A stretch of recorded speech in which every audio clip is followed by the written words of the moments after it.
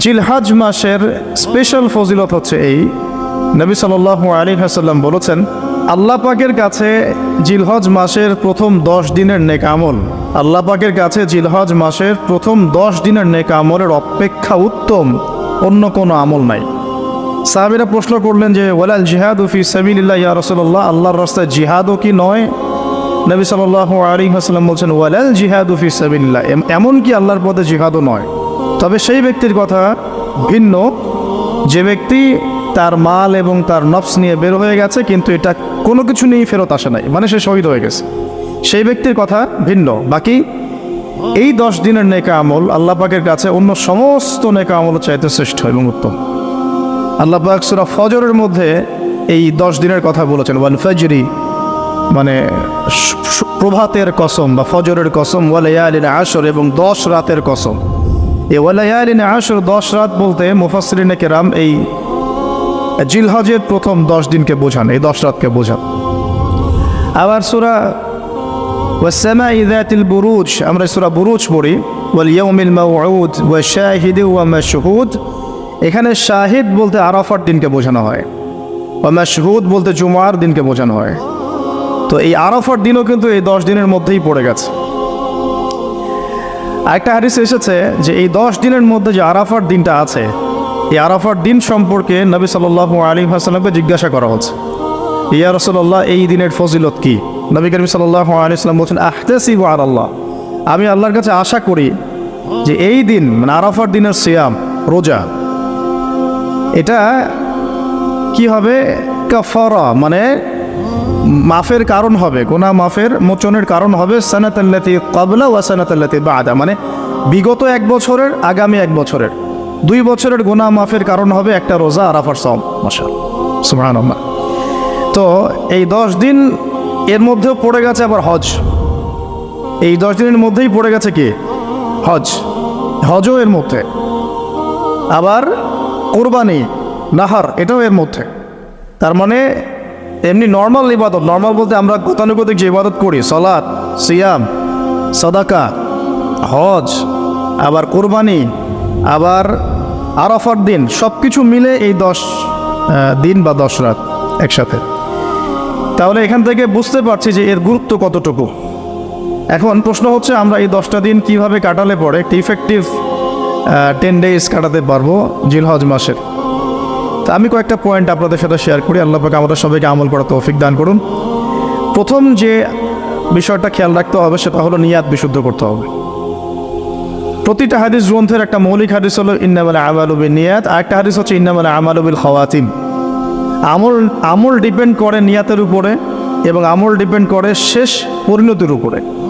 মানে একজন মানুষ ভালো পথে চলছে, চলতে চলতে খারাপ হয়ে গেল, ওই অবস্থায় মৌত হলো, তার পরিণতি ভালো হলো না। একজন মানুষ খারাপ পথে চলছে, তওবা করে ফিরে আসলো, এসে ভালো পথে চলা শুরু করে এখানে মৃত্যুবরণ করলো, তার পরিণতি ভালো হবে। ইন্নামাল আমালু বিল খাওয়াতিম, আমল শেষের উপর নির্ভর করে, আর আমরা তো জানি না যে কার শেষ কখন। এই কারণে সবসময় আমলে ব্যস্ত থাকা উচিত। আল্লাহ পাক তৌফিক দান করুন। আল্লামা তাকি উসমানী দামাত বারাকাতুহু তার উস্তাদ তাকে বলতেন, তিনি তার কিতাবে লিখেছেন যে আমার উস্তাদ আমাকে বলতেন, আমার শাইখ আমাকে বলতেন যে প্রতিদিন দেহের যেমন খোরাক আছে ঠিক তেমনি প্রতিদিন আত্মার খোরাক জোগাড় করো। প্রতিদিন দেহের খোরাকের জন্য আমরা 5 বার 3 বার 4 বার খাওয়া দাওয়া করি, নাস্তা খাই, সব মিলে 4-5 বার খাওয়া দাওয়া করি, পানি পান করি, ভিটামিন নেই, প্রোটিন নেই, কার্বোহাইড্রেট নেই, মিনারেলস নেই, তাই না? দুধ খাই, কত কি খাই। তো এগুলো দেহের খাবার, অনেকের সাথে আবার হারামও কিছু খাবার খায়। আর রুহের খাবার, প্রতিদিন রুহের খাবার জোগাড় করো। তিনি বলছেন এভাবে যে অন্তত একটা সময় নামাজের পরে, ফজরের পরে বা মাগরিবের পরে বা আসরের পরে কিছুক্ষণ ধীর স্থিরভাবে নীরবে বসে থাকো, আল্লাহর জিকির করতে থাকো, কোরআন তেলাওয়াত করতে থাকো, তাসবিহ তাহলিল করতে থাকো, আল্লাহর কাছে দোয়া করতে থাকো, হোক শেষ রাতে বা ফজরের পর বা মাগরিবের পর বা ইশার পর, আপনার সুবিধা মতো সময়।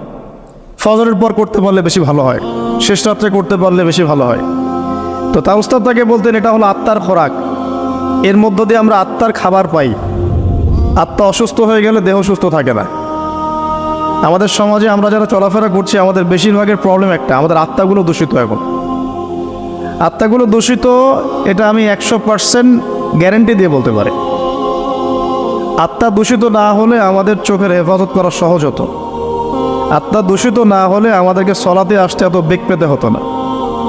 আত্মা দূষিত না হলে সদাকা জাকাত দিতে মনের মধ্যে এত কুণ্ঠতা, কি বলবো, এত মানে কনজাস্টেড ভাবনা চিন্তা আসতো না। আত্মা দূষিত না হলে কিন্তু আমরা আল্লাহ পাকের বিধান পালনে এত যুক্তি বিজ্ঞান দর্শন খুঁজতাম না। মানে আমাদের আত্মা কিন্তু অলরেডি করাপ্টেড। তো এটা নিজের বিবেকের সাথে প্রশ্ন করলেই পাওয়া যাবে আয়নার সামনে দাঁড়ালে। তো এই আত্মা এখন বিশুদ্ধ করার জন্য আল্লাহ পাকে মৌসুমগুলো দিয়েছে। এই 10 দিন আমরা প্রথম যে কাজটা করতে পারি সেটা হলো নিয়াতটা বিশুদ্ধ করা হয়, যে আমি প্রত্যেকটা কাজ আল্লাহ পাকের সন্তুষ্টির জন্য করছি। এর আগে যারা দিনের পথে চলেছেন, কাজ করেছেন, শ্রম দিয়েছেন, দায়ী ছিলেন, মুহাদ্দিস, মুফতি, মুজাহিদ তারা ছিলেন, তারা একটা বিষয় খুব খেয়াল রাখতেন। অনেকগুলো কিতাব পড়াশোনা করে এই জিনিসটা আমি পেয়েছি, অনেকগুলো কিতাবই আছে, যে তারা যে কোনো কাজ করার আগে একটু ধীরস্থিরভাবে বসতেন বা 1 মিনিট একটু চিন্তা করতেন, আগে নিয়াতটা খালাস করতেন, আমি এই কাজটা আল্লাহর জন্য করছি। আমরা ব্যস্ততার সাথে অনেক সময় চলাফেরা করে এই নিয়াতটা খালাস করার সময় পাই না।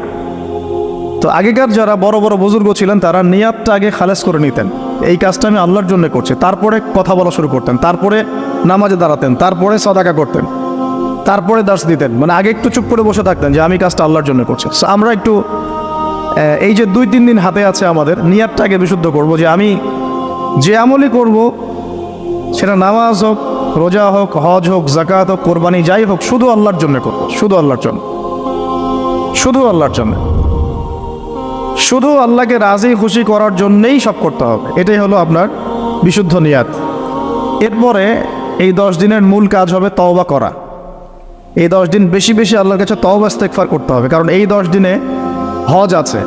আর হজের সময় আরাফার মাঠে যে হাজির অবস্থান করেন, বলা হচ্ছে যে আরাফার মাঠে কোনো হাজি যদি 1 মিনিটও অবস্থান করে তার হজ হয়ে গেছে। এত গুরুত্বপূর্ণ। দেখেন, এখন যদি আরাফার মাঠে গিয়ে আমি 6 মাস বসে থাকি, ওই ফজিলত পাবো না যা ওই সময় পাবো। এটা আল্লাহর হুকুম, আল্লাহর হুকুমের এহমিয়ত এটা। এখন যদি আমি আপনি আরাফার মাঠে বসে থাকি সারাদিন সারা রাত, ওই ফজিলত পাবো না যেটা হজের সময় পাওয়া যাচ্ছে। হজের মাঠে, আরাফার মাঠে যত হাজিরা আসবে, লক্ষ লক্ষ হাজি, তাদেরকে উদ্দেশ্য করে আল্লাহ পাক বলেন, ফেরেশতাদেরকে বলেন, দেখো আমার বান্দারা কি চায়, দেখো ওরা উস্কো খুস্কো চুল নিয়ে এসেছে, ধুলো মলিন হয়ে এসেছে। আরেকটা জায়গা আছে যে ওই দিন আল্লাহ রাব্বুল আলামিন এত অধিক সংখ্যক বান্দাকে জাহান্নাম থেকে মুক্তি দেন যেটা আর কখনো দেন না, এবং ওই দিন শয়তান নিরাশ হয়ে পড়ে। তাহলে এই 10 দিনে আমরা যারা যেতে পারছি না হজে, আমাদের কাজটা তাদের সাথে একাত্মতা পোষণ করে তওবা করতে থাকি। মানে ইউনিটিটা কেন? যেমন ধরুন একটা হাদিস বলি যে আরাফার এই জিলহজ মাসের চাঁদ ওঠার আগেই যারা কুরবানি করতে সক্ষম, আমরা যারা কুরবানি করতে চাই, তাদেরকে নখ, চুল এগুলো কাটতে নিষেধ করা হয়, তাই না? চাঁদ উঠে গেলে নখ, চুল এগুলো কাটতে নিষেধ করা হয়, এটা হাদিসেই আছে। আর এর আগে কেটে ফেলতে বলা হয়, যে নখটা আগে কেটে ফেলেন, চুলটা আগে কেটে ফেলেন, দাড়ি আবার কাটতে যায় না, নখ আর চুল। তাতে কি হবে, আমরাও একটা, ওই যে যারা আমরা মানে হজ করতে যেতে পারি নাই, তাদের সাথে আমাদের একটা একাত্মতা হলো। কিন্তু তারাও যেমন এগুলোকে স্যাক্রিফাইস করলেন, আমরা আমাদের জায়গা থেকে স্যাক্রিফাইস করলাম এবং এই নেকিটা পেলাম, একটা কুরবানি নেকি পেয়ে গেলাম ইনশাআল্লাহ। কিন্তু আমি কিন্তু ওখানে গিয়ে কুরবানি করতে পারি নাই, তাহলে সারা মুসলিম বিশ্বের সাথে একটা একাত্মতা পোষণ করা হলো, ইউনিটি দেখা হচ্ছে এখানে। তো এই জিনিসটাই ওখানে তারা তওবা করেন, আমরা এই সারা এই 10টা দিন 10টা রাত তওবা ইস্তেগফার করতে থাকবো। আল্লাহ পাক তৌফিক দান করেন। আমি কমপক্ষে দিনে 100 বার আস্তাগফিরুল্লাহ ওয়া আতুবু ইলাইহি এটা বলা উচিত। এরপর একটা বললাম নিয়াত, এরপরে তওবা। এরপরের কাজটা হচ্ছে, বলে ফেলেছি অলরেডি, যে আমাদের চুল নখ যেগুলো আছে এই 2-3 দিনের মধ্যে কেটে ফেলবেন। আগামী সোমবারে কিন্তু শুরু হচ্ছে আমাদের, তাই না? আগামী সোমবারে প্রথম জিলহজ শুরু হচ্ছে আর কি। তাহলে যদি সওম রাখতে চান তাহলে রবিবার রাতে সাহারি খেতে হবে। তো চুল, নখ এগুলো যা যা আছে অন্য জায়গার পশম, এগুলো উঠিয়ে ফেলতে হবে, কামিয়ে ফেলতে হবে। ইনশাআল্লাহ একটা কুরবানি নেকি পাওয়া যাবে ইনশাআল্লাহ, অল্প একটু আমল করবে। আর 4 নম্বর কাজটা হচ্ছে, এই 10টা দিন একটা ট্রেনিং সেশনের মতো নিয়ে নেই এই 10 দিন 5 ওয়াক্ত নামাজটা জামাতে পড়ার চেষ্টা করি ইনশাআল্লাহ। আর যদি কোনো কারণে মিস হয়েও যায়, বাসায় টাইম টু দ্য টাইম পড়তে, অন দ্য টাইম পড়তে হবে, একদম টাইমের মধ্যে, ওয়াক্তের মধ্যে। কোনো কারণে মিস হতে পারে, স্বাভাবিক মানুষ, বিভিন্ন সফরে থাকতে পারেন, প্রতিবন্ধকতা থাকতে পারে, কিন্তু বাসায় পড়লেও ওয়াক্ত মতো পড়ে ফেলতে হবে। মানে এই 10 দিন ট্রেনিং হবে নামাজের, কারণ এই 10 দিনের যে আমলগুলো, এর মধ্যে কিন্তু নামাজ অন্যতম একটা গুরুত্বপূর্ণ আমল। দেখুন, যার নামাজ নাই তার কিন্তু ইসলাম নাই, বাকি আমল অনেক পরের কথা। যার নামাজ নাই তার সাথে ইসলামের কোনো সম্পর্ক নাই। মান তারাকা সালাতান মুতাআম্মিদান ফাকাদ কাফার, কেউ যদি ইচ্ছাকৃতভাবে তার উপর অর্পিত ফরজ নামাজকে ছেড়ে দেয়, সে কাফের হয়ে গেল। এটাই সবচেয়ে স্ট্রং ফতোয়া, সবচেয়ে মানে সহজ এবং নরম ফতোয়া দিয়েছেন ইমামে আজম আবু হানিফা রাহিমাহুল্লাহ। তার ফতোয়া সবচেয়ে নরম, বাকিদের আরও অনেক কঠিন। তিনি বলেছেন যে তাকে 3 দিন বা 7 দিন জেলখানায় বন্দি করে রাখতে হবে।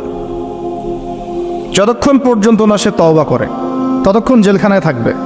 তাকে প্রথমে 3 দিন 7 দিন সময় দিবে, তওবা করে ফিরে আসে কিনা। তওবা করে ফিরে না আসলে ওকে ওখানে রেখে দিবে, তওবা করে ফিরে আসলে ছেড়ে দাও। এই নরম ফতোয়া না এটা। অন্য ইমামদের ফতোয়া হচ্ছে ফাকাদ কাফার, সে ব্যক্তি কুফরি করেছে। এখন 10 দিনের অনেক আমলের কথা আমরা বলবো হয়তো বা সামনে, কিন্তু মূল আমলটা কি ভাই? নিয়াত বিশুদ্ধ করে তওবা করতে থাকা, নামাজটা শক্ত করে ধরা। আল্লাহ পাক সবাইকে নামাজ ধরার তৌফিক দান করুন।